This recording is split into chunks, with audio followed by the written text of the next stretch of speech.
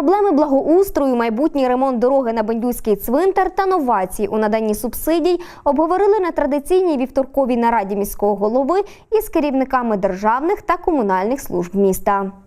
Сьогодні вранці я мав розмову з Олександром Москалем, це керівник банку в місті Портленд і Ванкувер.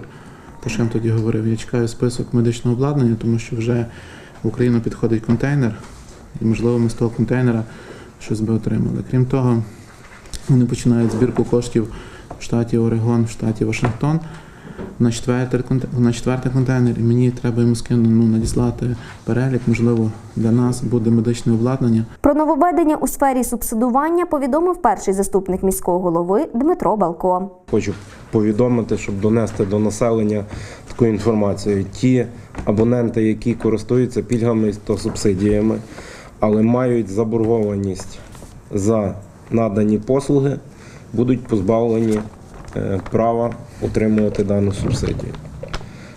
Тому такий наголос для тих людей, відповідно комунальним підприємствам також взяти це до уваги, щоб була достовірна інформація, щоб ті, хто не має можливості платити, щоб все ж таки отримав субсидії, але сплачував послуги належної якості. Вже в липні можна сподіватись на те, що розпочнеться ремонт дороги у селі Бендюга, котра веде до Червоноградського цвинтаря. Я також хочу ще проінформувати, що тиждень тому ми спільно з керівником Єврокомерс Оксаною Мисак були в Ірини Ярославівни Гримак. Перед тим я говорив з головою обласної адміністрації Олегом Синюткою про ремонт дороги в селі Бендюга, який веде до нашого цвинтаря.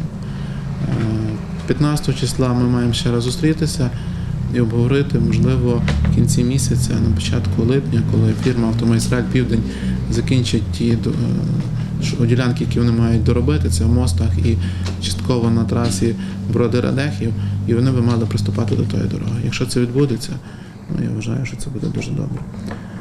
Також є попередня інформація щодо підроблених територій на Старому місті.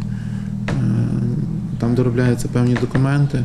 Якщо буде, то вже більш детально про це розкажу пізніше, але це також мають робити свою роботу.